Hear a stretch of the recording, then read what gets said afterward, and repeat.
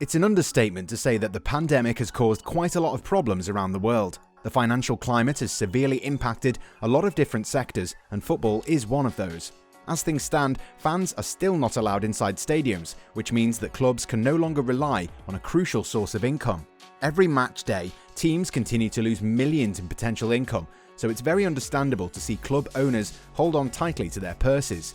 The January transfer window is already on, but things have been very slow. There aren't a lot of movements happening, and most of the clubs are prioritising loan moves. Moreover, clubs whose financial situation isn't that great are looking to cut their losses. Recently, Arsenal took out a loan from the government in order to keep things going. They also terminated Mesut Ozil's contract, with the former World Cup winner now set to play for Fenerbahce in Turkey. Barcelona were eager to sign Eric Garcia this January, but the young defender's move to Camp Nou has been paused for a while, and depending on La Blaugrana's financial issues, we're not sure if they'll go for it this summer. In France, things are getting bad with each passing week. Pretty much every team apart from Paris Saint-Germain is in a mess.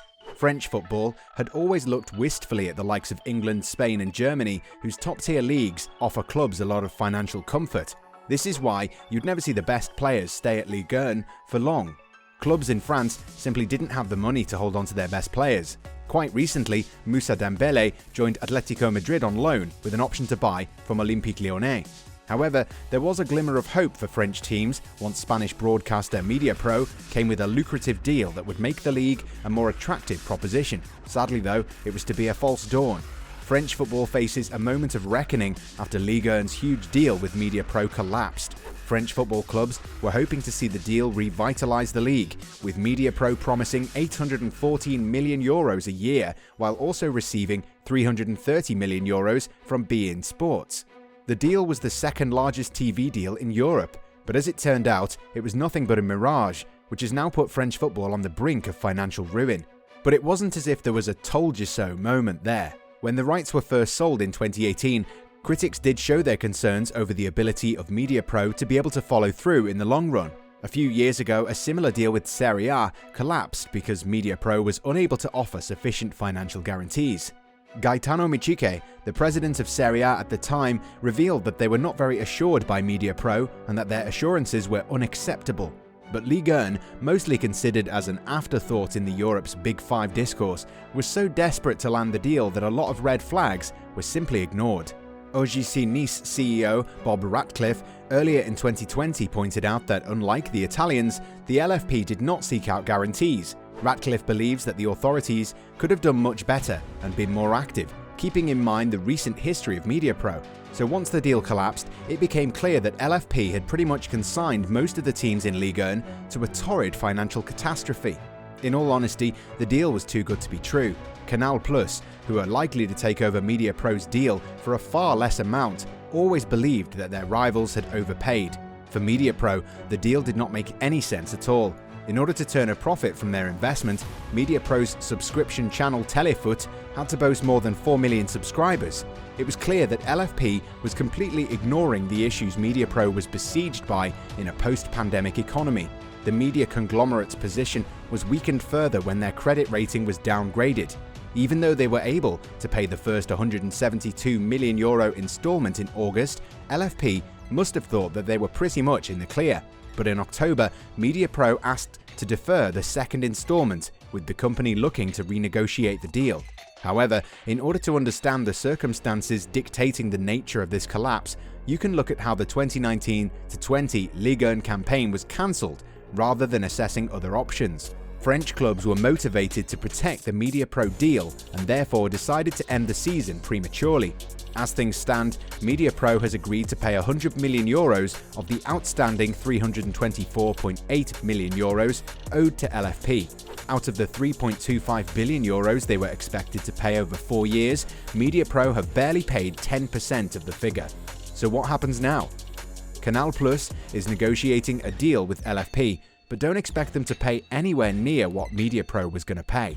Canal are definitely going to play hardball, and in the backdrop of all this, there are quite a few clubs that risk going bankrupt. Stade de Reims president Jean-Pierre Caillot believes that without TV rights money, ticketing money or hospitality money, clubs can't function. So where did the LFP and French clubs go wrong? It is quite clear that as an income stream, TV rights deals are fluctuating in a sense that the numbers are not always going to be uniform. Such deals do get renegotiated all the time, and a debacle such as the one that Mediapro caused can happen to any league. DNCG, a local body that looks to safeguard the financial well-being of French clubs, also paints a grim outlook of most of the clubs competing in Ligue 1. The president, Jean-Marc Michelet, revealed that the Ligue 1 overall deficit is close to 800 million euros following the Mediapro deal collapse. In order to climb its way out of the woods, Ligue 1 clubs are being asked to start taking measures to ease the burden on the wage bill. As things stand, Ligue 1 is not a sustainable place, and by next season, French clubs will reach a situation where they would have already consumed all of their funds.